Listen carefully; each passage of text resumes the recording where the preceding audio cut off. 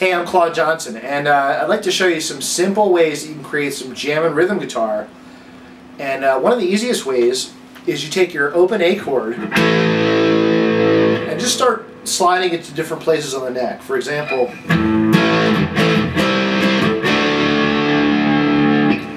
so first let me just show you the A chord. This is a basic chord, and I like to play it with one finger. I really recommend you learn playing it with one finger. If you're a beginner, it might seem a little weird, but it's actually easier once you get it, and you can do all kinds of cool things. So take your first finger and just bar the D, G, and B strings. You want to have this, the end part of your finger kind of flat, okay, across the D, G, and B. And you can play all 5 strings, the A string, D, G, B, and then high E. And I always tell beginners, do the ring test. You know, make sure that you're fretting the chord correctly by playing each string one at a time.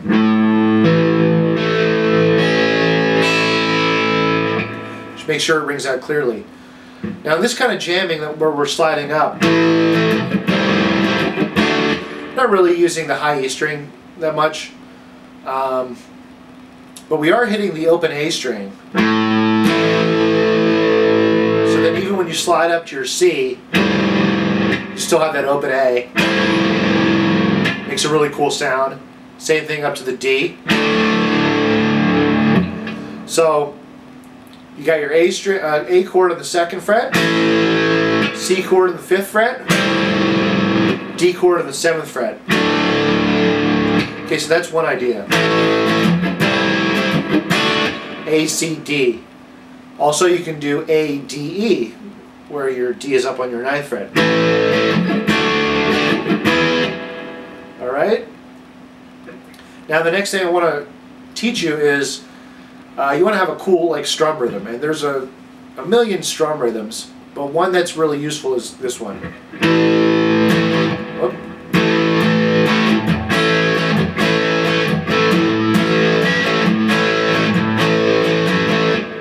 So it's counted out like 1, 2, 3, and 4, and 2, and 4, and. 1, I'll do it slow. 1, 2, 3, and 4, and 2, and 4, and.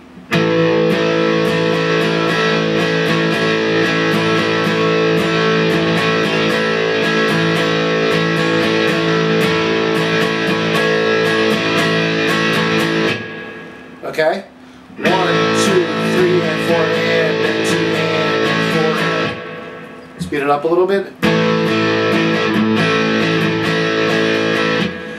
So once you get that down, you move it to the different chords.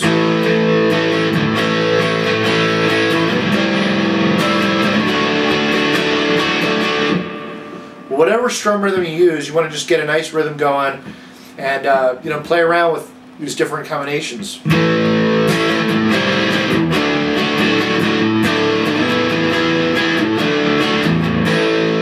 Another chord is the G.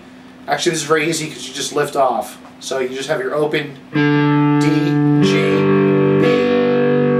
Imagine if you were playing a G chord, right? Notice how there's nothing being fretted on these middle strings. So you can just go back and forth, A to G.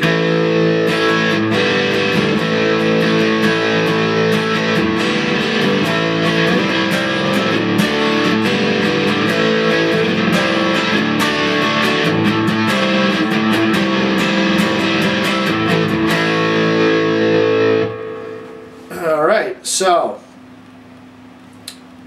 another thing you can do is lift off so you get these rhythmic or percussive rakes. So when you got your 1, 2, 3, and 4, and 2, and 4, and, you can try this one. So you have 1, 2, 3, and 4. So you're 3 and 4. Is percussive, and you come back in on the and. 1, 2, 3, and 4, and 2. Again on the and 2, it's a percussive strike. 1, 2, 3, and 4, and 2, and 4, and.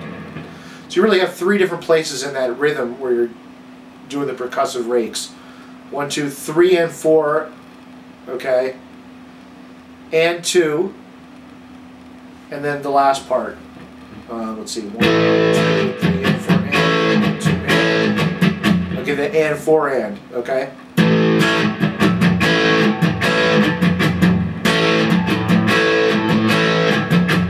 That's just how I do it. I mean, you can actually do it any way you want. Just one suggestion.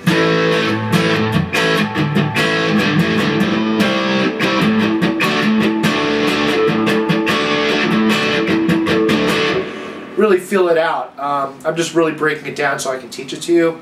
But when I'm playing it, I'm not thinking like, you know, I'm like breaking down every single part. I'm just kind of feeling it out.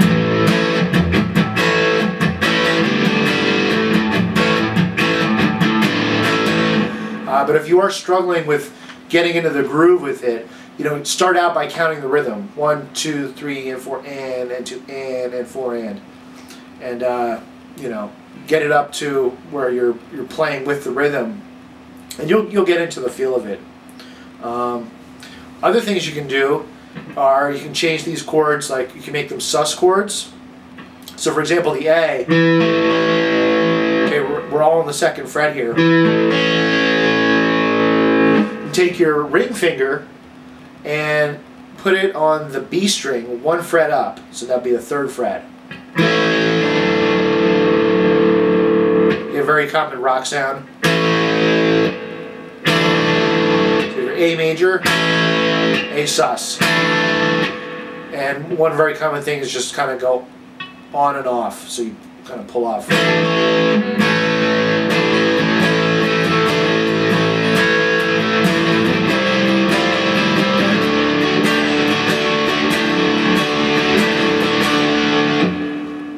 You can do actually any combination. You can experiment. Instead of 1 fret up, put it 2 frets up. You'll get kind of an exotic sound.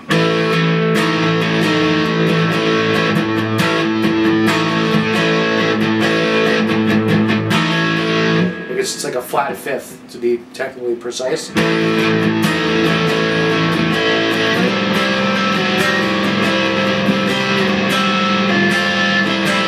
And you can do other strings, like the middle string.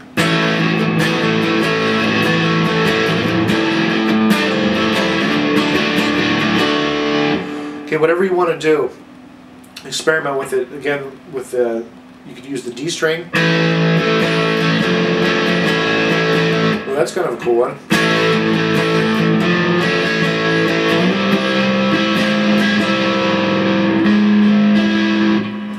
So yeah, experiment. One more idea is put your thumb down here on the low E string. You actually get a minor 7 shape.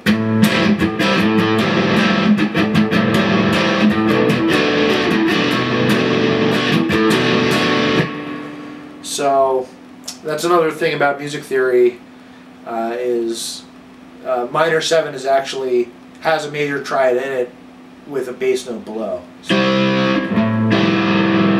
in case you didn't know that. Alright. So, anyway, this should give you some ideas to create some cool jams, and have fun with it. I'll catch you next time, and please go ahead and subscribe to my YouTube channel if you haven't already. Alright? Have a great day and a groovy weekend. Rock on.